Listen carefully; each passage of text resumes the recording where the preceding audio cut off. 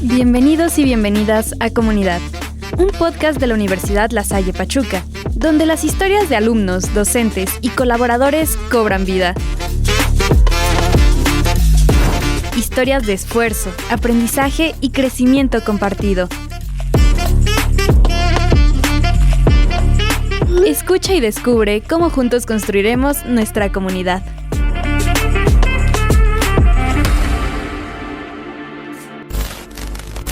Hola, ¿qué tal? Bienvenidos, bienvenidas a una edición más del podcast Comunidad. Mi nombre es Carla Cuatepozzo y el día de hoy me encuentro acompañada de un egresado de posgrado. Bienvenido. Hola, muchas gracias. Mi nombre es Carlos Arazúa y en efecto soy un egresado de la especialidad en gestión de proyectos empresariales y también ya muy recientemente de la maestría en administración. Entonces, muchas gracias por la invitación. Y que recientemente también te vas a estar titulando, ¿no? Sí, justamente la siguiente semana, no sé cuándo salga el capítulo, pero la siguiente semana estamos por aquí. Vamos a ser la primera generación que nos titulamos por un tema de promedio. Uh-huh. Y pues muy agradecidos también porque al final pues vamos a apresurar un poquito el título para aprovecharlo allá afuera. Muy bien, pues muchas felicidades. Gracias. Y bueno, antes de que pues profundicemos en la entrevista que teníamos ya programada para el día de hoy, me gustaría que nos explicaras justo eso. ¿Cuál fue tu experiencia en el posgrado de La Salle Pachuca? ¿Cuál es tu formación profesional y por qué decidiste estudiar esta especialidad y esta maestría? Ok, bueno, empezando yo estudié como tal la carrera de arquitecto. Después de varios proyectos, varias lloraditas y muchísimo estrés, tomé la decisión de dejar de ser arquitecto y me dediqué de lleno a ser consultor empresarial. Esto porque empecé a abrir algunos negocios, me empezó a ir bien, la gente, pues el comentario que me levantó fue de ¿y por qué no ayudas a otros a hacer lo que tú haces? Entonces un día en la noche, yo me acuerdo un viernes, estaba viendo Facebook como muchas ocasiones y vi que estaban ofertando en redes sociales la especialidad. Me metí, me di cuenta que el último día que yo tenía para meter documentos era el lunes siguiente y eso fue el jueves, y el viernes me encargué de juntar toda mi documentación, llevarla aquí a la universidad, entregarla y pues se dio. ¿Por qué para mí era importante? Yo quería ya empezar a pensar en algo más grande. En su momento una persona que estimo mucho, yo le pregunté y le dije, oye, tú trabajas bastante, ¿cómo le haces para hacer una maestría y luego en España? Y me dijo, Carlos, tenemos toda la noche para poder estudiar. Y se me metió tan fuerte eso, era mi cliente además, y yo platicaba con todo ese equipo de trabajo y chavos 23, 24, 25 años, yo les preguntaba su formación y me decían, estoy haciendo una especialidad, estoy haciendo una maestría, estoy haciendo un posgrado. Y yo decía, ¿qué mentalidad está teniendo todo el equipo como para que todos estén pensando en hacer esta parte de tener más cartas en la mesa para poder trabajar? Entonces eso me inspiró y en el momento que yo lo vi, la verdad me pareció también muy económico el pago. Me inscribí y eso fue lo que me llevó al proyecto. Yo no sabía que era un gestor, yo no sabía que era la especialidad que iba a hacer. Solamente sabía que era lo que me iba a llevar a la maestría de administración. Entonces dije, ya lo voy a hacer. Y gestión de proyectos me gustó más que la maestría. Entonces, pues descubrí cosas nuevas. Descubrí una fuente de trabajo que muchos no conocen y que realmente es muy bien pagada para los que quieren ser empleados. Y para la gente como yo que tenemos una empresa propia, pues la verdad es de que si yo les cuento un poquito cómo ha cambiado la facturación, pues sería caso de éxito, yo considero, de la escuela, porque yo creo que casi se duplica antes de que yo hiciera la especialidad. Justo esa era la siguiente pregunta que te iba a hacer. ¿Cómo definirías o cómo describirías el antes y después de tu formación en un posgrado, ¿no? Porque pues se entiende también que la experiencia, ¿no? Trabajando o emprendiendo alguna cosa, nos funciona también al llevarlo a la práctica con lo que estás revisando en el posgrado, ¿no? Sí. Cuando yo entro a la especialidad me doy cuenta que hay gente muy joven, gente que recién va egresando y sobre todo de aquí de La Salle, y otras personas como yo que ya teníamos nuestros 30s y que tomamos la decisión de volver a estudiar. Algo que me percaté es de que las personas que ya veníamos con alguna experiencia laboral pudimos aportar experiencia y pudimos aprovechar de otra manera en la especialidad. La gente que recién iba egresando, la ventaja que tenía es de que llega ahora a sus 23, 24 años con más herramientas para llegar al campo laboral.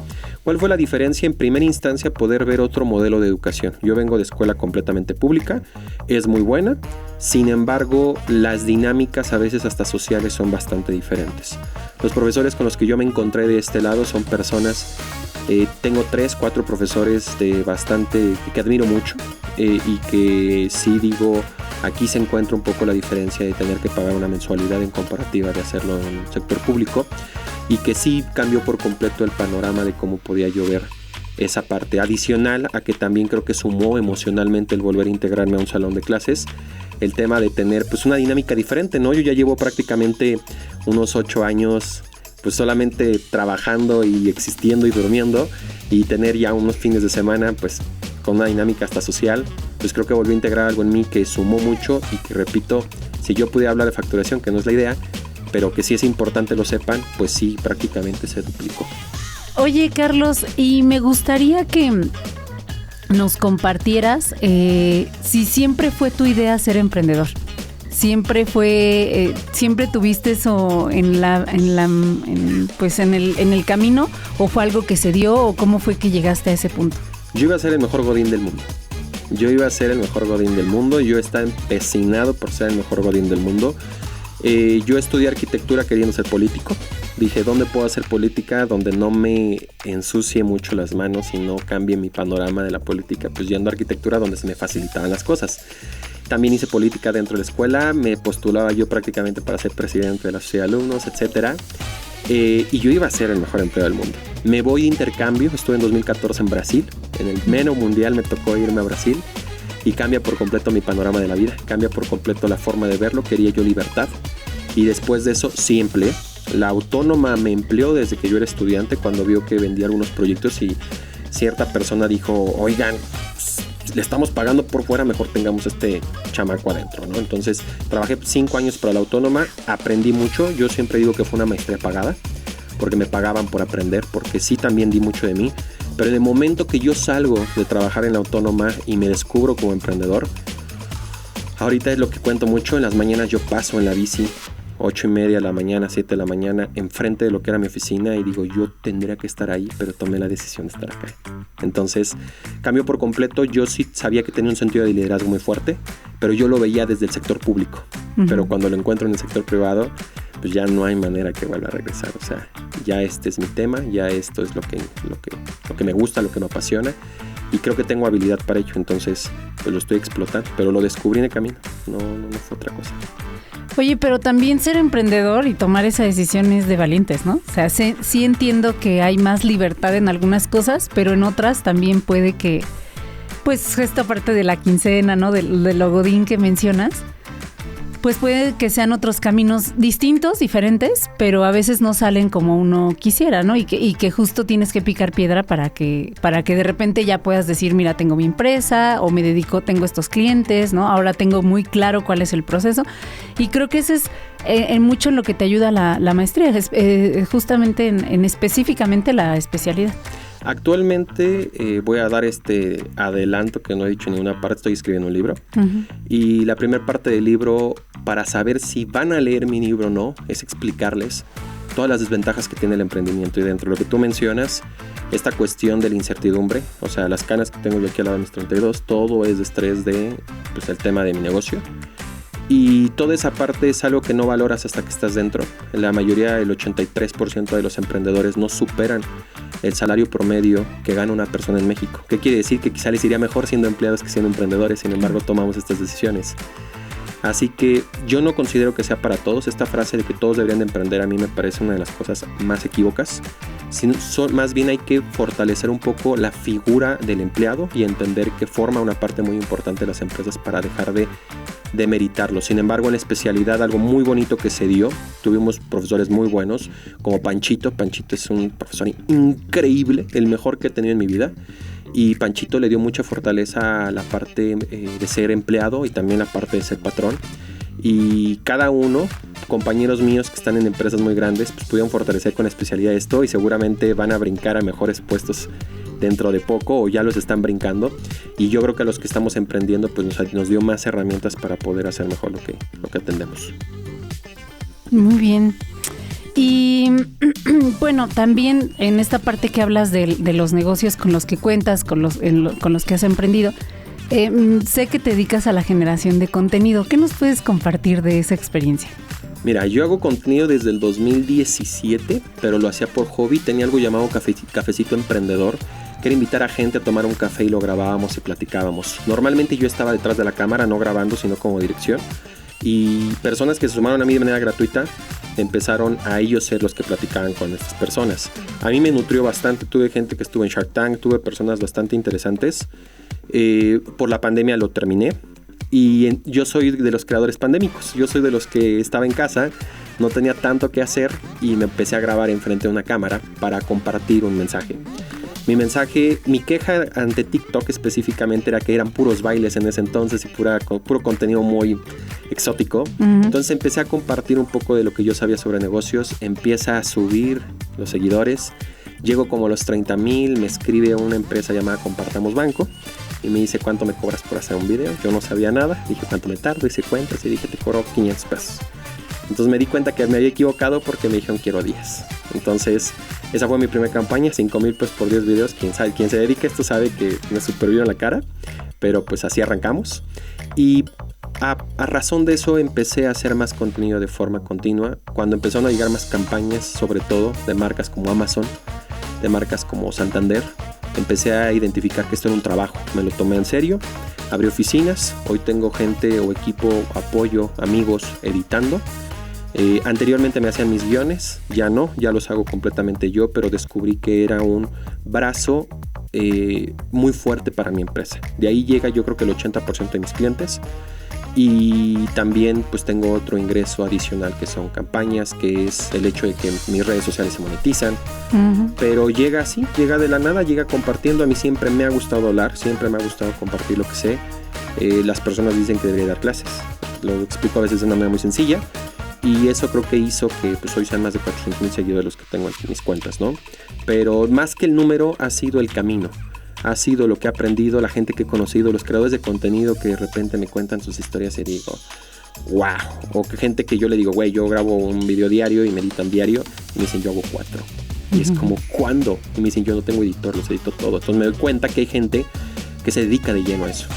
Y yo no lo veo posible porque a mí sí me gusta mucho el área académica. Me gusta mucho la parte de poder hacer proyectos como mi consultora. Entonces, pues viene de la mano. Pretendo no dejarlo jamás. Al contrario, fortalecerlo. Pero llega así. Y yo le podría decir a la gente que están en muy buen tiempo para integrarse. Solamente deben de separarse del contenido que actualmente existe. Porque la gente hoy en día está muy motivada a querer quiero ser como tal persona y quiero hablar como tal persona y quiero decir lo que dice tal persona. Y realmente el éxito está en tener una identidad completamente propia porque eso ya la gente no lo consume. Oye, y hablando ahorita de lo que decías que te deberías de dedicar a dar clases, ¿sí vas a dar un curso que me gustaría que compartieras con la comunidad, quienes nos ven o nos escuchan? Pues justo compartir esa experiencia de lo que te ha dado la generación de contenido, estas redes sociales, las estrategias. Pues vas a estar justamente en La Salle, ¿no? Dando un curso. Me gustaría que nos compartieras más detalles. Sí, la idea del curso nace junto con el área de educación continua. En mi caso, porque sí considero que se tiene que profesionalizar eso. No es queja, pero considero que los pachuqueños en específico tenemos mucho talento, pero lo desperdiciamos bastante o no lo sabemos aprovechar. Y yo considero, con el amor que me merece decirlo, porque sé que puedo recibir quejas sobre ello, que ya vemos o hay muchos creadores de contenido hablando de comida. Creo que hay muchos otros temas que podemos tomar, pero que la gente, por lo fácil que parece hacer sobre alimentos, lo agarra. No es fácil, sin embargo es lo de moda.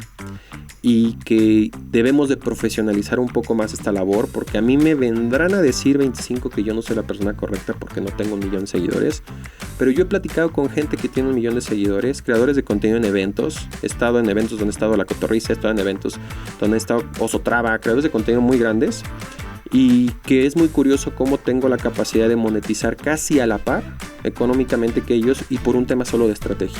no por un tema de cantidad de seguidores. Entonces, sí me gustaría que la gente dejara de ver como el camino fácil solamente hablar de alimentos. Ya hay varios y hay muchos muy bien posicionados. Aquí en La Salle yo tuve compañía en el área de Derecho, al buen César. César ha trabajado en mi oficina conmigo en campaña, entonces creo que ya hay personas que están muy bien posicionadas y que otros que apenas arrancan, pues bien podrían aperturarse desde un tema que quizá los apasione más que solo la comida. Entonces, desde ahí viene mi idea de cambiar un poco la perspectiva, de hacer una comunidad un poco más grande de creadores de contenido. Todos estamos separados, nadie convive con nadie. Y esa parte es la razón por la cual sumo el proyecto. Del lado de La Salle, pues creo que lo ven desde la perspectiva de que pues La Salle siempre se ha reinventado, La Salle siempre trata de estar en tendencia, y esto también es algo que tienen que compartir con la comunidad que se tiene. El curso cambió de fechas de momento, va a ser a finales de julio, a principios de agosto. Son 20 horas que voy a dar de curso, donde voy a explicar desde las bases, cómo seleccionar el nicho, desde la parte cómo grabarnos frente a cámara, desde la parte cómo hacer guión, cómo editar, voy a traer a mi editor. Entonces es un curso muy completo. No me gusta hacer cosas así de 2 horas, sí me gusta hacer cosas robustas, que la gente diga vale la pena cada peso. Y qué les puedo decir, también sé que hay un descuento por ser comunidad lasallista, si no mal recuerdo es el 20% de descuento. Así es, entonces quien nos esté escuchando de La Salle se puede sumar al curso. Y yo sé que va a estar muy bueno, sé que les voy a poder nutrir de muchas cosas que desconocen. Los que ya son creadores, sé que también habrá algo que puedan aprender, pero sobre todo lo que quiero es hacer comunidad. Quiero que veamos esa parte de poderlo sumar y que podamos volverlo profesional, porque mucha gente, el problema es que tiene talento y no lo profesionaliza.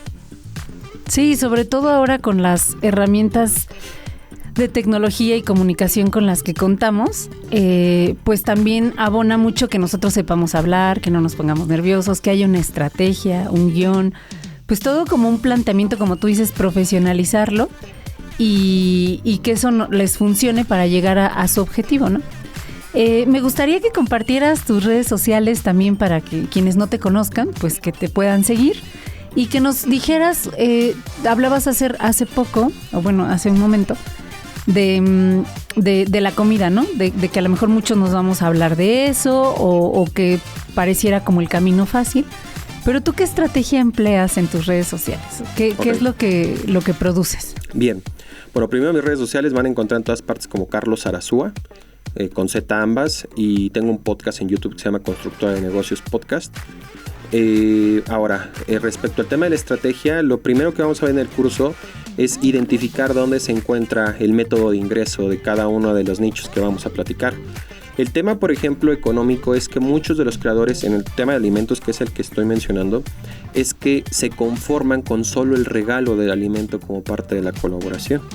Deberían de saber que hay creadores de contenido que están cobrando 6 cifras en el cheque, 6 cifras por un video. Yo he cobrado eso.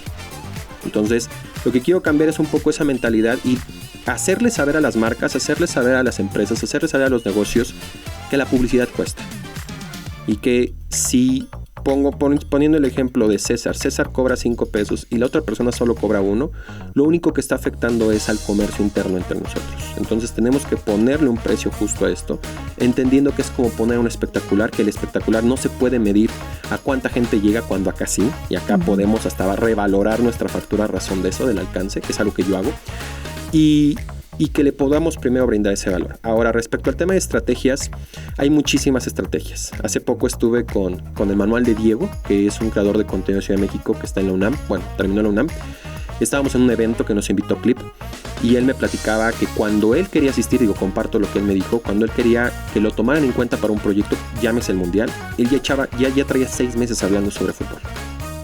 Entonces, llegaba fuerte hablando sobre eso. Tengo otro conocido, Isa, que es un editor increíble de videos, que me he percatado su estrategia es, hago un video para la marca dice wow y después me busca, porque quiere más. Y yo hago algo muy similar y se los comparto. Yo hago videos para marcas sin que me paguen, marcas con las que quiero colaborar, y al final de 20, 2 me contactan y me dicen, vi tu video, me escribió gente, me dijo que te habían visto y quiero que me hagas otro video como ese, pero ahora en método de campaña. Entonces, hay muchas estrategias, de eso quiero platicar, pero sí es muy importante entender que hoy en día el contenido ya es más difícil de producir, por eso lo tenemos que hacer de una manera diferente. O sea, Anteriormente a mí no me costaba nada llegar a una reproducción de 100,000, 1,000,000. Hoy me cuesta montones. Y ahorita en época de mundial estoy completamente... Prefiero ver los partidos a pensar que mi contenido ahorita va a crecer, porque está muy enfocado en el mundial y está muy desenfocado en un tema tan técnico como pueden ser los negocios. Entonces estoy esperando que se acabe el mundial y ya poder continuar. Sigo subiendo videos, pero tenemos que analizar hasta todas esas partes. Hay gente que, por ejemplo, se le ocurrió ayer subir un video a las 7 de la noche, cuando fue el partido, 8 de la noche porque se retrasó, y es, güey, estás poniendo a competir un partido que está viendo todo el mundo contra tu video, no va a crecer, y tenía mayor probabilidad de crecer si lo hubieras puesto en otro horario. Entonces esas cosas son las que les quiero explicar, son cosas que debemos de considerar, y repito, no está mal hablar de alimentos. El tema es hacer ese tema de alimentos creyendo que nos va a ir igual de bien que César, que Arturito a nivel nacional, haciendo creer que a todos nos va a ir increíble, y no es cierto. O sea, tenemos que encontrar nuestra propia identidad, tenemos que encontrar lo que nos apasiona, de lo que podamos hablar y traer estrategia, pero la estrategia es a razón de cada personalidad.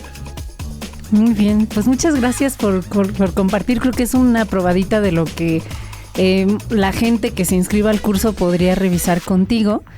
Y bueno, para ir cerrando esta entrevista, me gustaría que nos compartieras desde tu perspectiva, ¿por qué recomendarías que alguien estudiara un posgrado en La Salle Pachuca?